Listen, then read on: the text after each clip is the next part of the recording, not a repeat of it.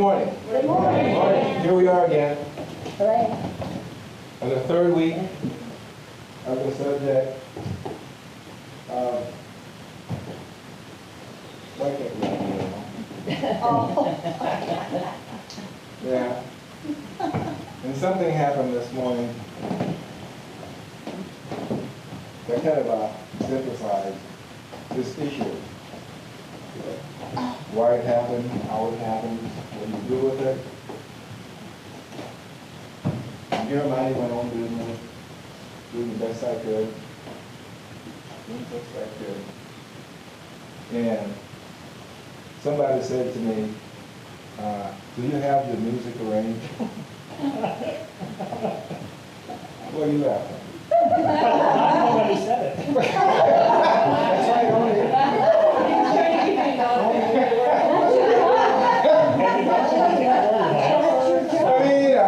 We should hear the whole story, but go ahead, Max. I pour my heart into this music, into being up here and stuff like that, you know?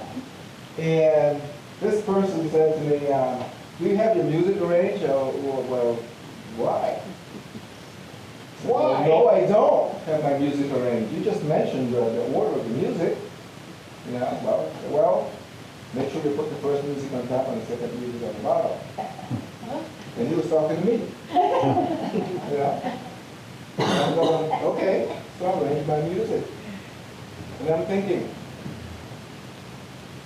why did you pick me up? There are three of us up there. Gee, I wonder. May I tell you why? No. Does he like me? I like you. Does he think I'm disorganized? No. Well, he's known you a few years. Lance, you're Why too is he doing that to sensitive. me? You know? Why is he doing that to me? I'm a nice guy. Yeah. Did you have your music organized? That's beside the point. Maybe that's why he sent it to you. Lance, So, but, yes. last Sunday, you came down and helped Dee, Yeah. over there, go through her music and put it in order. And she says, I have it in order. And then you left and she says, why did you mess me up? And she had to get it back. So when you say, why did he say that? I think you have a reputation. You don't have your music in order from 1, 2, 3, and 4.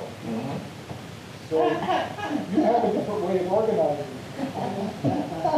Yeah. I'll get to my point, but two other questions. Okay. What do you have?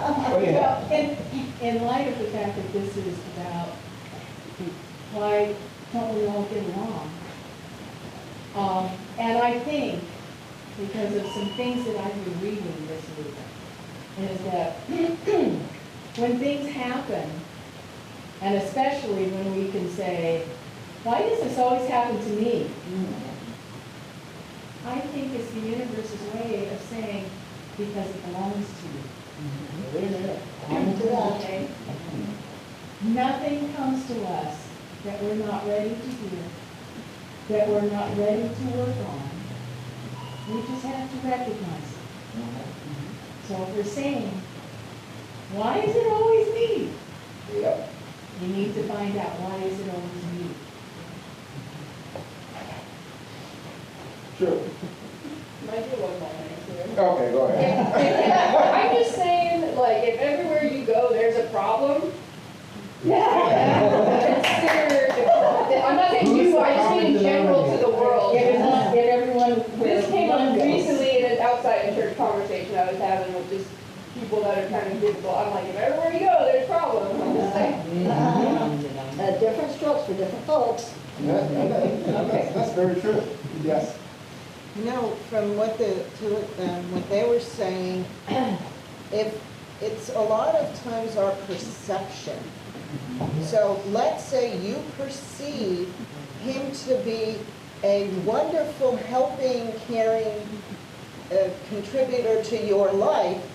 Oh wow, he's so wonderful. He's making sure I have my music arranged.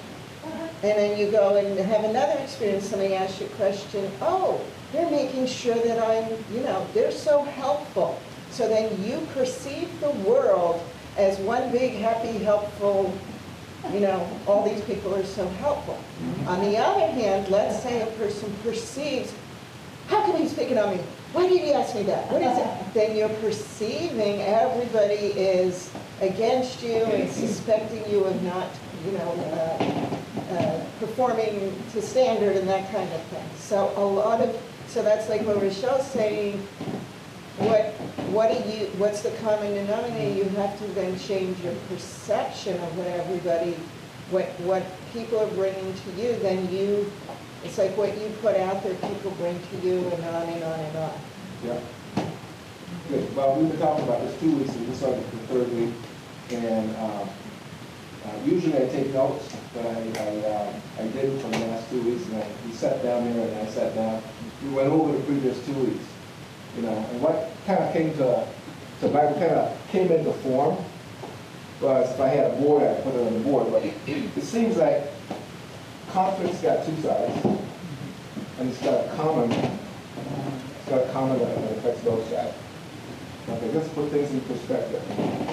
We have a perpetrator, right? We talked about last week, does conflicts really have to have two people to have a conflict, right? Can we have one person and still have this issue of a we can't get on, right? We say, I think the person can be conflicted. yeah. So it doesn't really have to be two people. So I'm looking at two sides of a coin. One basically the perpetrator, and the other one is, for lack of a better word, the victim, right? And in the last 2 weeks, I think we agreed that a lot of times the act really is not the source of the action. Just the act itself is not the source of the action. It could be, from the perpetrator's point of view, especially having a lot of stress. We can see that. If this person is afraid of something, yes. So in the circumstance you described earlier, because you didn't have your papers in order, does that make you the perpetrator, or? I always am.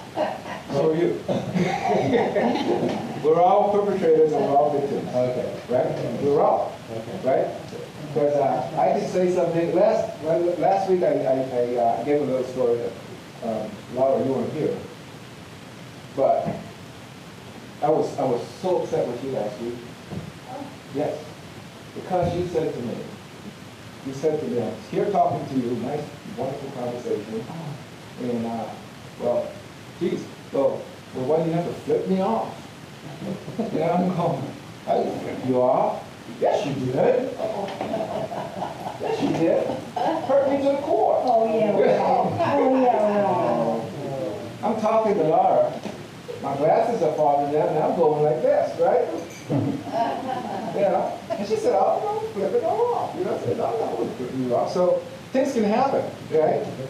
I can inflict pain on her, she can inflict pain on me without even knowing. Without even knowing. Now, Tom here is very unreasonable.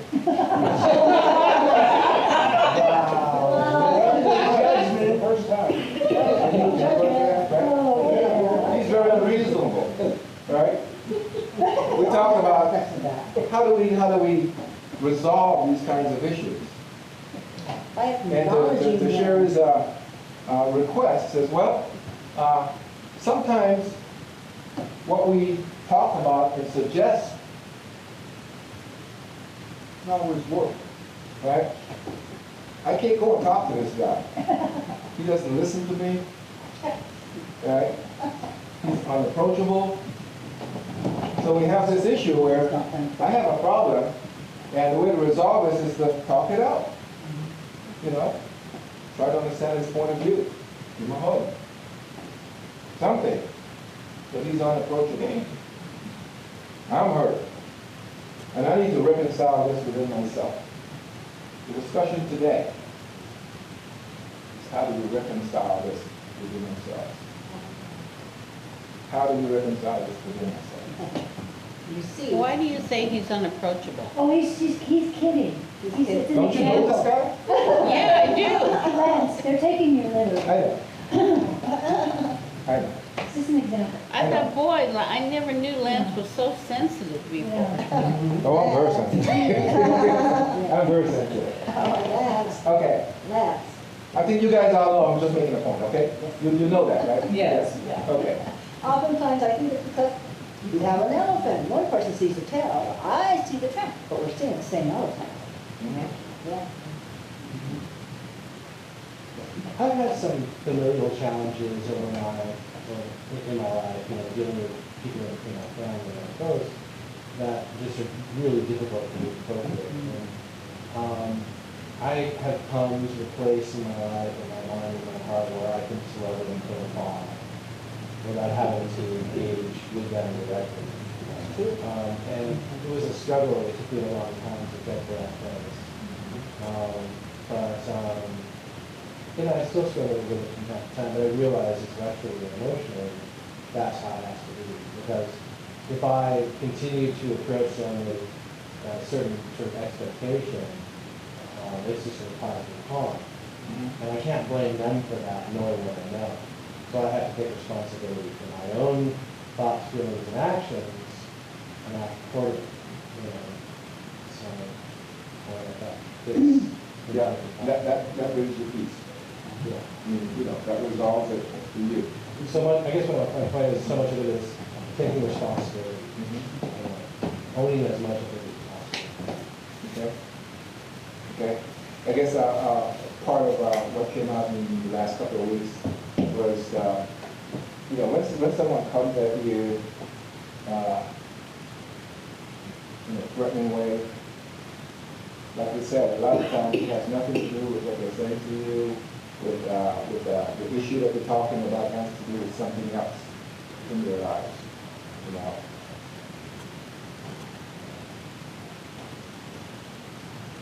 I started to read this. It said the perpetrator probably going through stress. He has a lot of fear, emotional problems, and maybe he has some problems with self-worth. Right? So they lash out. Has nothing to do with what they're talking about. Has to do with a lot of things that are really not part of what they're talking about. On the other hand, you have the person we call the victim. This person feels victimized, right? I mean, why is he doing this? I mean, why is he picking on me? I'm just one of the group, right? And sometimes it makes you feel worthless. Makes you feel like you have no worth. Why is he doing that? Doesn't think I have any value? Am I disposable? Why is he doing this to me? If it was somebody that had some worth and had some value, they're blanket. They make sure they don't hurt that person. Why is it so easy for them to do that to me? And you start eating. You start eating. Right? Everybody does. And of course, it hurts. It really hurts. So, the process. Am I saying things? Yeah, you're hallucinating. That's another person that just entered the room for Yes. she's been oldie for She's been here for ages, been with her for ages. And it's nice to see you. Thank you, it's good to see you too. Yes. It was nice seeing Rod and Mary Ann. Yes. But it's even nicer to see you. Oh, How do you feel? Hey, come on.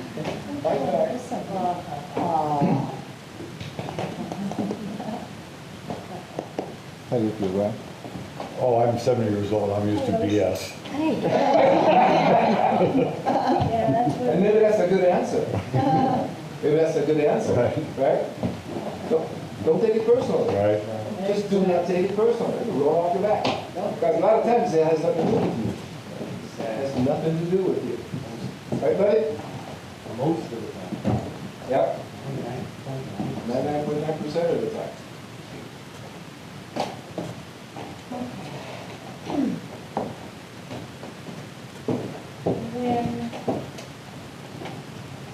people that we interact with, the people who are our family, our spouses, these are all people who are going to help you become the person that you are, that help me become the person that I am. Now, if we want them in our lives to stroke us and soothe us and make everything seem better, well, yeah, that's kind of nice. But it doesn't help us to grow. And when there is conflict,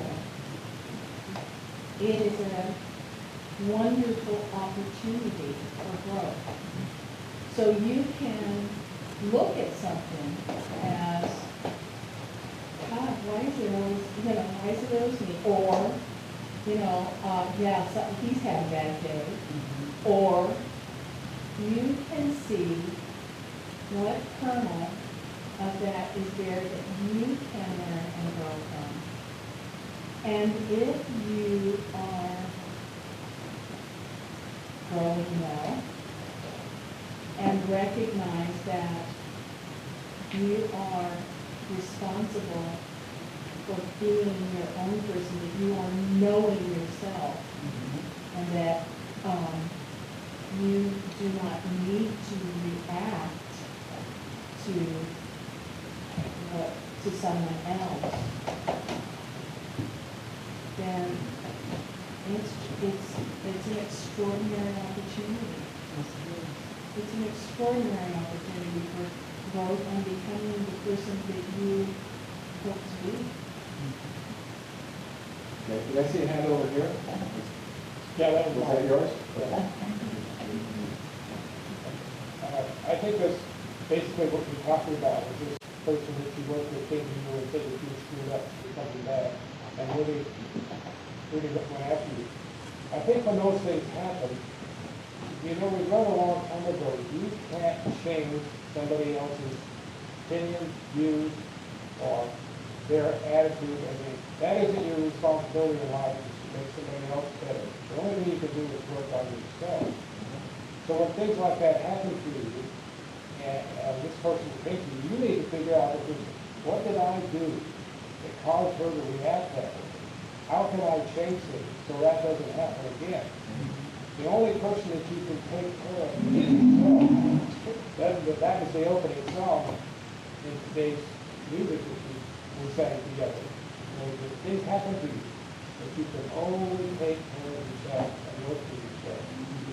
Other people, you can, if they come at you with strong venom, you could just stand there and smile and then walk away. As I told you last week, I had a boss that was bipolar, and every once in a while he forgot his meds, and he would come after me, and this kind of stuff, and I look at it and I say, okay, I'm going home, see you later. And a couple of days later, he called me, I'm sorry, you put that to work.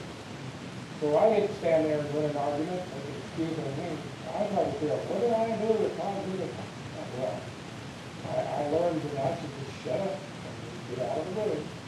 And I can work on myself, figure things out. But I'm not going to do anything to him, try to change him, except maybe, go take your pills and I'll see you tomorrow.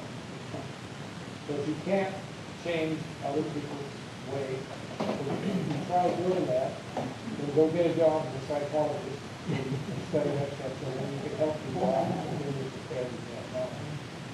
Because you just can only solve your own problems by yourself. Yep. Yep. Good to know.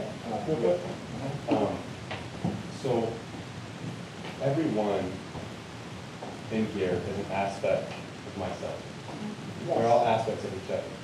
So in turn, working on myself helps change my entire reality, helps change the entire global consciousness. Because if I work on myself, if I'm invoking love, if I'm bringing loving consciousness, forgiving consciousness into myself, then I'm radiating that. And then by proxy, you are all affected by that love, by that forgiveness, by that consciousness. And so truly, yes, we can only work on ourselves, but by proxy, by our radiance, our forgiveness, our love, that affects everyone wants to be around us. Exactly. So it's, we're working on ourselves, yes, but we're working on everything else around us through that experience. So I agree in that sense, but in an expansive form of that, we are working on everyone else by playing ourselves. There's everything, everyone is an aspect of ourselves. Yeah. Mine is not necessarily a point to add to the discussion, mine is fodder for more discussion because of why can't we all just get along? I don't know if you was all paying attention to news and stuff. There was a Klan rally in Anaheim yesterday, and not Alabama, Anaheim. And several people were arrested on both sides, people were injured. I mean, there was a guy that was with the Klan and he was like stabbing people with a sharpened end of a flagpole, like with the flag on it. Like, I mean, in Anaheim there was a Klan, like, It was a you know, we talk about why Confederate can't we- flag. I'm sorry? It was a Confederate flag. It was? I thought it Yes. was a US flag that I was saying, but No, it still. was the Confederate. The other side. I don't think anybody should be stabbing anybody with flagpoles in the No, park. I know, but that just sounds Anyway, like, you're just blowing my mind, like, sometimes it's like, you think, oh, this doesn't happen here. Does it happen somewhere else? It doesn't happen here. It was the Ku Klux Klan. Oh, yes, stop. Yes. It's But it's amazing. just, I'm throwing that out there as fodder for discussion, we're talking about why can't we all get along? I mean, this is such an extreme example of stuff. But you can see some of the factors you're talking, even though what we've been talking about so far is a little more kind of interpersonal, you have problems with coworkers and family, and these are these kind of large societal, bigger cultural problems that are going on. But it does boil down to the same stuff as you're saying, the perpetrator, whatever, that inside there's fear, there's these problems that this person's lashing out and what have you, but I was just amazed. I was just amazed to see that. Yeah, that actually came out in your talk. You say, these things are happening, and my friend here says, well, it's not happening. Everything's changing, but that underlying same is still there. If you look deep enough, it's still there. So we still have work to do. Wow. And aside to what Rochelle just said, the guy that saved, Where? On that side of them. Okay, right up. one of the guys that got stabbed was the Grand Dragon, one of the Yeah, heavies I saw of the KKK. And the guy that saved him happened to be a Jewish man. So he asked the Grand Dragon, how does it feel to be saved by a Jew? Because Jews are no good either to the KKK. I was amazed that they were out showing their faces too. Right, and then all the Grand Dragon responded was, thank you. But the universe works in strange and wonderful ways, so it may change his paradigm. Very, very well. Yeah, who had their hands up over there? Sandra did. I just wanted to say, I want to hear Rose and Sherry, because I keep seeing them pop up. Yes. Sure. Okay, so there is no hand over there? It's Sure, Rose and sure, Sherry. yeah. Okay, let's go, Sherry. I'll just talk a little bit. That gentleman over there was saying we can't underestimate the power of the love and light that we can bring to a situation. And in my personal experience, having taught students for, I think this is like my 20th or 5th year of teaching, I can't remember, but every year I see the changes that happen over the 9 months that I'm with the students, and I've always tried to bring love, friendship, talk about getting along with my students. And it can be a rocky road, things pop up all the time, but I can definitely see that by the end of the year, I can see the relationships that I've developed with those students, and I can see how those students are getting along better with each other. Yeah. So you can never underestimate the power of positivity and love, and it just is transformative. Yeah. But things still happen. Yeah. I mean, it's not perfect. I mean, but I definitely, if I look at it from day one and I look at it there is definitely a transformation that takes place in my classroom every year because of the intention that I set for that. Yeah. So, Yeah. Isn't that nice? I mean, if you know you're doing good, just continue to do good. Because, like you said, you may never know the effect of that. You may not see it in front of your eyes, but people are affected. You know, people are affected. And at some point, it'll become clear, or at least it'll become visible, that, yeah, something that I did maybe 10 years ago is now paying off. We had people in this church, kids that were in a kids' castle, and we see them 15 years later, 20 years later, they having kids. And the first thing they say, one of the most impressionable time in my life was when I was here in that kids' castle. You were unruly. You know? It didn't seem like you were paying attention, you know? But 20 years later, they said, I really enjoyed that time. I really enjoyed that time. It affected me, and it changed my life. You would have never known sitting in the room with those kids. You would have never known. Okay. Mary? Okay, last week you discussed your reaction to Laura. This is a good chance to get the other side of the situation and get her view. No. Did you think I was ripping you off? Of course not, don't you know that I was kidding? Of course. It was a joke. It was a joke, yes, it was. What I have to say is that goes along the lines of what Victor has said, and that is that what we see in the world is a fallout of the conflict within each one of us. So, and I think it's very urgent, that we address those issues within ourselves.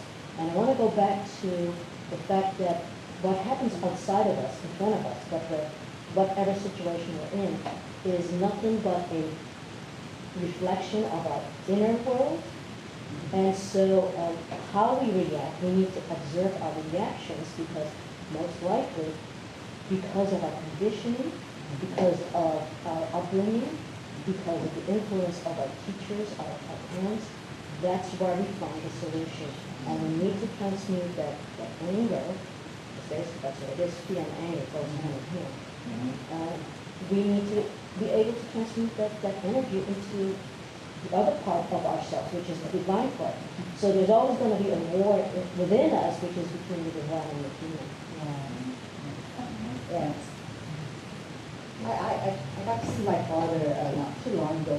The gratifying thing is, after these many years, I was able to say, gee, Dad, I'm sorry. Father times I was mean and hateful. He put his arm around me and said, I love you, hon. And I started to realize how hard he worked and how scared he was. But he was doing the best he could. And it has made our relationship much more rewarding because of that. And peace with me.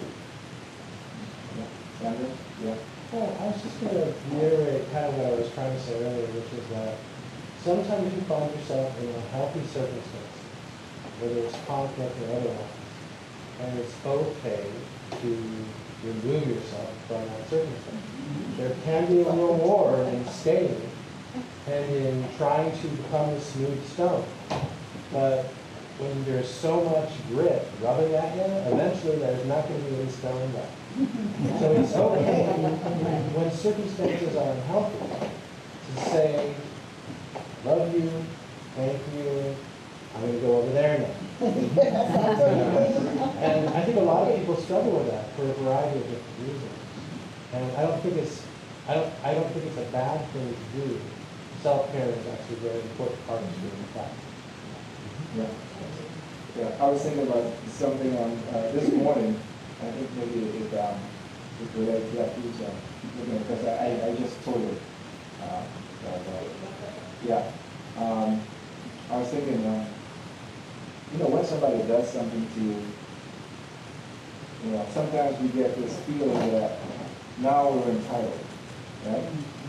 To lash out, to give it back, right? Well, he did it to me first, okay? Now it's my turn. I'm entitled to do this because he did it to me, right? He opened the door. And many times, people do that, and they say, well, it's justified. It is justified. Okay. Now, to reconcile that within yourself, and to bring best resolution to a situation. Okay? I mean, personally, I don't think lashing out is the way. I don't think it's the way. And if you have to resolve that within yourself, you got like 2 minutes. You got like 2 minutes. What would you say would be the biggest things that you will remember when you're faced with a conflict? And especially in one where you can't talk it out, you can't resolve it, by coming to agreement. What is the best thing to give you peace? So that you can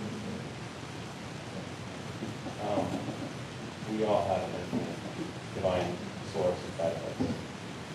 If we stay centered in that infinite divine source inside of us, we move into our hearts, move into this awareness, then in that moment, I am the love of God that flows through all beings. I am the light, the truth, and the way.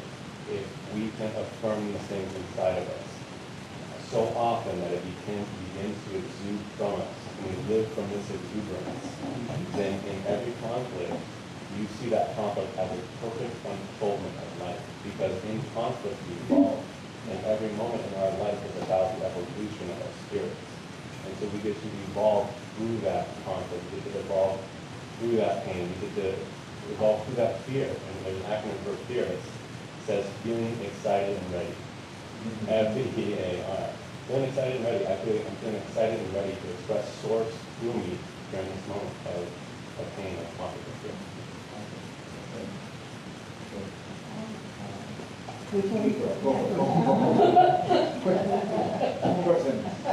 You know, I was listening to something that Marianne Williamson the other day, and she was talking about how, you know, we're all children of God.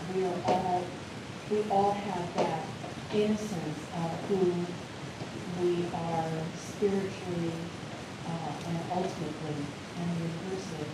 And when things occur, you know, a conflict between people, somebody lashes out to you, to recognize that they are, for the moment, outside of that innocence.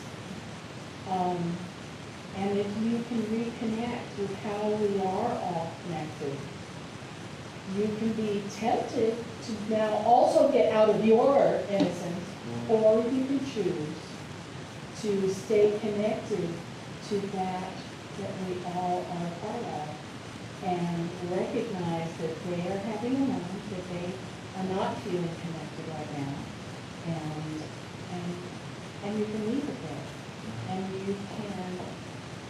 you may not be able to say it to them, but you can send that energy of love and connection to them. And yes, you may have to walk away, but you can walk away without a comment thrown back that disconnects you. This was the theme of a discussion I led like a few months ago, but the question is how do we treat others? There are no others. That's right. We all want. I just try to remind myself of the word equanimity. Equanimity, make an effort to deeply understand both sides. That kind of thing. Good. Okay, last word. Right. Okay.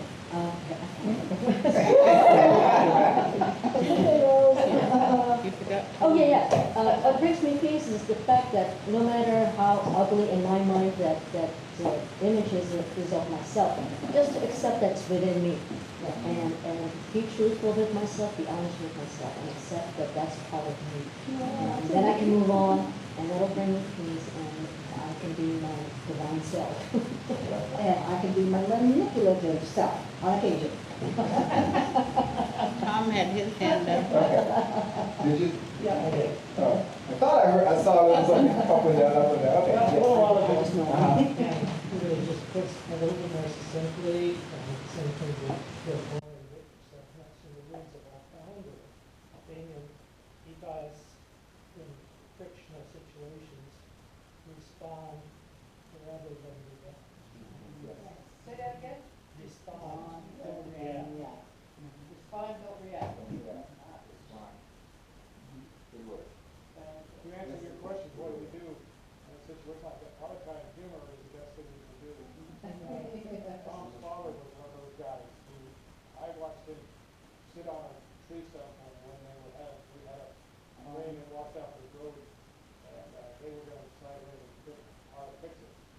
And the neighbor up there just said, well, we're going to all pay for it, and that's what, Tom's father, and you're going to have to pay for it all. It came off your land. And he looked at the guy, and I think he got messed up enough, and he cracked his joke right there, and it just, everybody started laughing. And that was the end of the discussion. So the guy that said, you're going to pay for it all, just was humiliated by everybody else because his dad was human. And I watched his dad do that. He never left the situation without somebody smiling or laughing with him. So humor is a good way when conflicts come up. We want to be quick. Richard over here, who can't hear us half the time, is one of the guys with the quickest mind. When he has it, he'll come back with the darndest things. And it's just really very witty and very clever.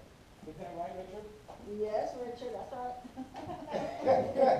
He's not here.